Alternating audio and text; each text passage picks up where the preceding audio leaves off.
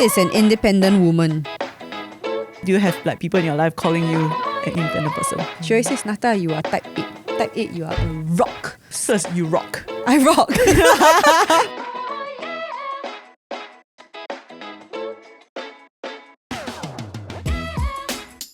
Hey everybody, welcome back to another episode of NGL where we talk about the things in life that matter. My name is Natasha. I'm Zeleny. We are back with a question and answer episode. Yes. Okay, this question. Who is an independent woman? Is it emotionally independent, independent thinker, independent worker, or cannot depend on anything or anyone even if they want? So essentially, what makes a woman independent lah? Oh, okay. Right. I just want to answer the first part of the question. You are an independent woman. Oh, thank you. Yeah, just now before the shoot, right? Everybody finished eating before you. Then we all stand up, right? Then you like happily like eating by yourself. I love eating alone. I really love it. I used to not be able to eat by myself. Yeah, I'm quite surprised. But like now it's like, I appreciate like the peace and quiet. Do you have like people in your life calling you an independent person? Quite like my friend who loves to talk about Enneagram, she was on our Enneagram episode, her name is Faith. She always says, Nata, you are type 8. Type 8, you are a rock. You are immovable and you just exist on your own and you're very stable. I was like, thank you. That's a whole long list of compliments, I suppose. Says you rock. I rock. No, but yeah, I would consider myself quite independent. Do I come across as independent to you?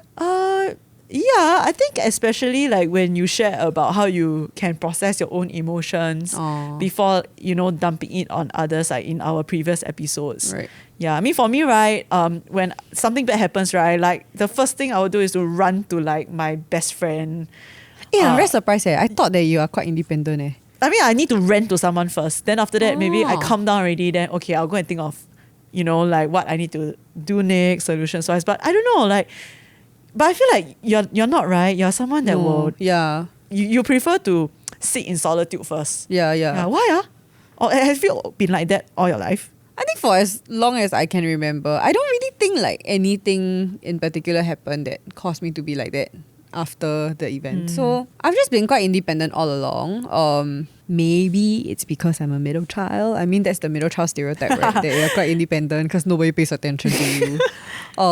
Okay, but my parents pay a lot of attention to me, but I think like they just kind of have always been very encouraging of me figuring things out and trying to solve my problems. Like they're not the kind that are very, very quick to dive in to want to solve problems for me. So I think growing up, it was always quite instinctive for me to learn to solve my own problems. Yeah, maybe also process my emotions before I feel like I can quite clearly share it with other people. But I think it's good and bad.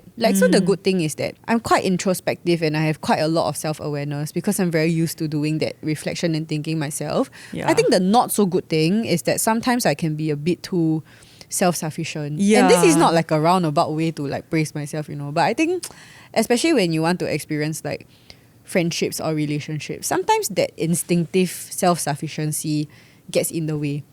Right. Yeah. And then like people want to care for you or show concern, but they don't really know.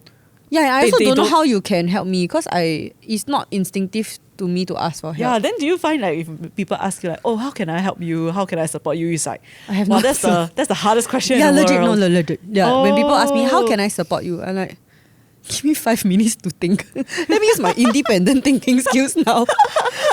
But yeah, it generally doesn't really cross my mind to ask for help. So even in a work setting, right, I'm quite happy to be left alone. I think my biggest nightmare would be to work under a micromanager. Right. I will feel so suffocated. I'm the happiest, right, when you just give me a project and you leave me alone until the project is due. Then I just submit the project to you. If I need help, I come to you. But if not, I will solve my own problems. Happen. Yeah. I don't know, but in my experience at least, like I feel like it hasn't really incurred me any very negative outcome. Yeah. But I'm very thankful because I think I have some friends who are quite insistent on being around me, even if I don't like necessarily reach out for help. So I have friends who are very, very intentional to always ask me if I'm okay. At first, when I'm really okay, sometimes they don't really believe it because they're like, like, are you sure? But I think over time we've developed a kind of trust in each other that like, if I'm really not okay and if they ask, I will be honest with them. So because there are these people who reach out to me, even though it may not really cross my mind to reach out to people for help. They do come to me and offer that anyway. So And I do feel you through take them it? I learn. Yeah, Yes, do you yes. take- So I learn to, like, it's okay lah to lean on others. Like, even if I don't need to, I can do it. You get what I mean? Yeah, which is a bit different. Yeah, which I think the question also lists out, right? Like, what are some ways we can be independent in emotionally independent, independent worker and thinker also. Yeah. So, I think for me, right, like how I'm independent is to take charge of decision making. I think maybe growing up. Being in Singapore, in the education system, everything is sort of like decided for you. Yeah. But when we go into tertiary education, right, that's where we start to be able to choose things. And I think I learned how to not be scared of making decisions. Yeah, I mean, the scary part is that you have to take responsibility, Yes. right, for whatever that You comes own out the of consequences lah. that. Yeah. But I think to me, being an independent thinker is to be able to go through the whole process on your own instead of just defaulting, to someone else doing it for you, or to just Interesting. follow a set of like the set path. yes, correct, without even thinking much. So I think that's something that like I feel is very important that I learned along the way. I mean, there are other aspects, right, that I'm super not like independent at all. Yeah, like I cannot be an independent parent. Like, yeah, I don't know how single parents do it, man. It's like you need strong, really. yeah, strong. really, like Yeah. I cannot, like I need if I need to sleep, right, like someone else has to watch like the baby. So it's like I need a whole village, and I am not afraid to ask for help. And It's to a good thing. Yeah. yeah. So I think being independent is not just doing everything yourself. But it's also recognizing, right, in what areas you kind of need help in, and to reach out, and also to know when to own, like certain things in your life instead Yeah. of depending on others also. Yeah. I actually feel like it's a very fine line, being independent versus like not wanting to look weak or not wanting to admit that like you need help.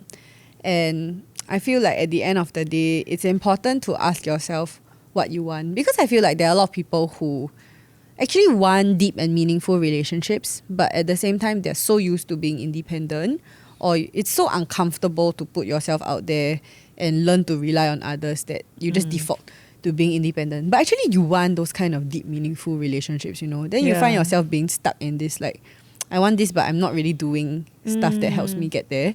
So it's helpful to consider like whether there are any ways in which your independence kind of gets in the way of certain things that are important to you in life, and whether you might want to make some adjustments as to how you relate to your friends, your family members, or even at work in getting the kind of coaching and guidance that you want. Yeah, so independent worker versus, non-team player. Independent thinker versus being close-minded. Yeah. There are these differences. Emotionally independent versus disconnected. Yep. Yeah, disengaged. So yeah, it's like knowing what the difference is and then exploring like the why. Yeah. But if you're independent and healthy, you go, girl. Yeah. So we've come to the end of our today's episode. If you like this episode, please like it or share it with a friend whom you think, would benefit from all the questions that we have answered. If you like our content, we post episodes every other Thursday, so you can follow our YouTube channel. You can also find us on Spotify and Apple Podcasts. We are also on socials, on Instagram and TikTok. We are ngl.people. And you can also join us on our Telegram channel, where we post updates about our upcoming episodes or even behind the scenes footage. And lastly, we also do parties. We love in-person gatherings. We don't just want to talk to you guys behind the screen, but we love to meet you in person. Yeah. So stay tuned for our upcoming gatherings. You can find that on our social media. So till next time, see ya! Bye!